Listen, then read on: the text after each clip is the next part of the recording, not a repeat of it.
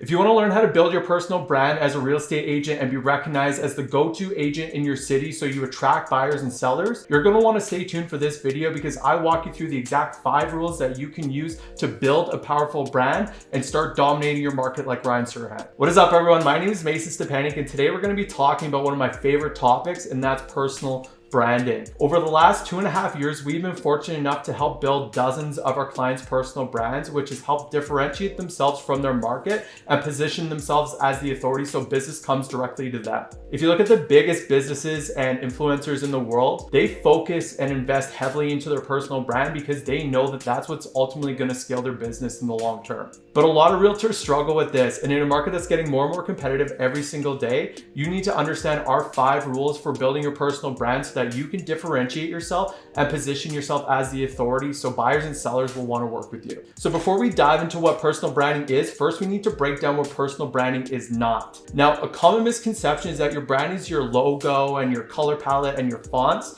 but this isn't true. These are just ways to communicate your brand. Additionally, your brand isn't your brokerage. Now, each brokerage does have its own value proposition that it provides to the agent. However, from a buyer's and seller's perspective, they're not going to choose whether or not to work with you based on the brokerage that you work with. So we can eliminate that from the equation. And lastly, your brand isn't constant. And what I mean by that is that as you grow and develop as an agent, you're going to get more experience and evolve. And your brand is going to be dynamic and it's going to evolve with you. Our brand has developed multiple times over the years and continuously evolved. And yours is going to change as you grow and evolve as well. So our first rule to building a personal brand is specialization. And what I mean by that is dialing in your expertise into a specific area within real estate. And to paint a bit of a picture, if you look at doctors in the medical field, they have different practices, right? You have your family doctors, which are essentially generalists, but then they refer their patients out to different specialists, such as dentists or chiropractors or plastic surgeons. And because they're specialized in what they do,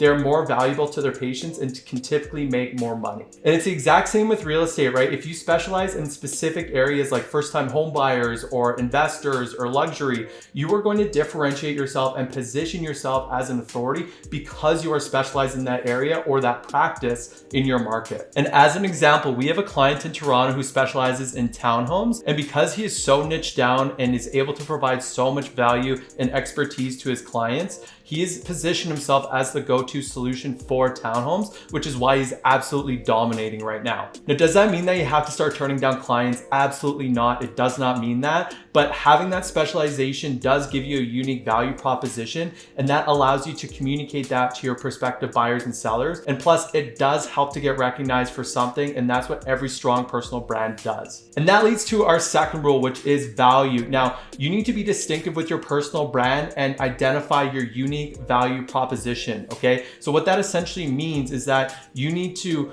figure out what makes you unique and what separates yourself from the competition and what would entice a buyer or seller to work with you opposed to every other agent in your area. And this is critical that you identify this because a lot of agents don't take the time to understand this, right? They'll say things like they love helping people and they love making a difference, which is great. We all do, but so does every other agent in your market, right? And if you go into a listing presentation saying that you'll help them sell their home, that's great and all, but there's nothing that provides them value and separates yourself to entice them to want to work with you opposed to somebody else. Whereas if you went into a listing presentation with an offer or a unique value proposition such as, we'll market your home across all of our socials, or we'll sell your home in 90 days, or we buy it, right? These are unique value propositions that would allow you to distinct yourself from the competition to entice a client to actually want to work with you. And we can also provide value through education, right? We do live in the digital age where we can thrive on social media, and with most buyers and sellers, they're making one of the largest transactions that they're ever going to make, and they want to work with someone who is knowledgeable that they can trust to help guide them through that process. So if you educate your clients in the form of content on social media on topics such as how to increase the value of their home, or the processes of purchasing or selling their property, or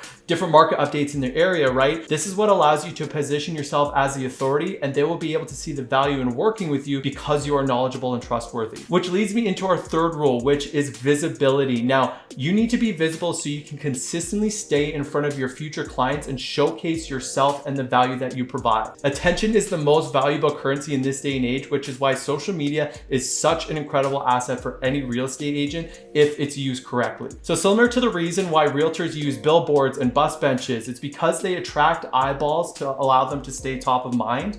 We now have social media at our fingertips, which allows us to use strategies like lead generation and retargeting that can not only help you to increase your closings, but can keep you in front of your audience for significantly cheaper than your traditional forms of marketing. You can also post content on your socials for absolutely free, and this allows you to constantly be in front of people and showcase your brand and attract clients organically to your business because you're leading with value, right? And this leads me to our fourth rule of building your personal brand, which is consistency and congruency. We want to make sure that as we build our brand, that it stays consistent across the board. Now, for me, if you look at all of my social media, it's the same everywhere, right? On Facebook, on Instagram, on YouTube, all of the images and the branding are congruent, but they're just formatted differently, so they're optimized for each specific platform. We are now in the digital age, right? And if a prospective buyer or seller looks you up and sees inconsistencies in your brand, it could create some confusion and could give off the message that you're either not an authority or you're not in real estate full time. Remember, as I alluded to previously, for most buyers and sellers, they're making one of the biggest financial decisions that they're ever going to make.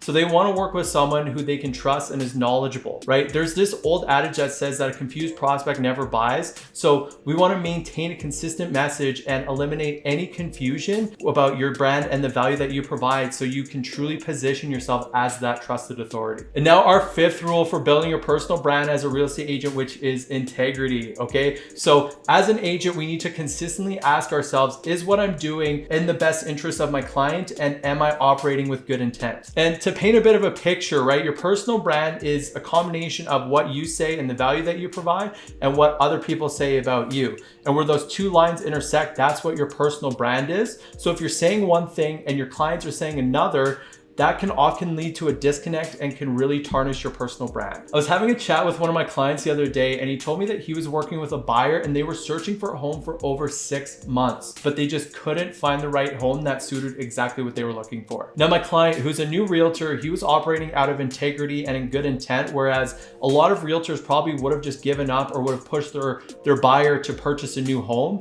And that's because they're focusing on the short-term gain and getting their commission check instead of operating with their client's best interests in mind, right? And this is what can really hurt your personal brand. And because my client was patient with his buyers and was able to provide such a great experience, not only did they end up finding them the perfect home, but that buyer ended up referring an additional 3 clients, which led to more closed transactions, right? And that, my friends, is what personal branding is. And when you provide an amazing experience and go above and beyond, your clients will have great things to say about you, and positive word of mouth is the best way to grow your personal brand in your business. So those are the 5 rules to building your personal brand. If you have any questions, comment them below and let me know what your biggest takeaway was. Thanks again for watching, everyone. If you did find value in the video, be sure to like and subscribe, and we'll see you on the next one.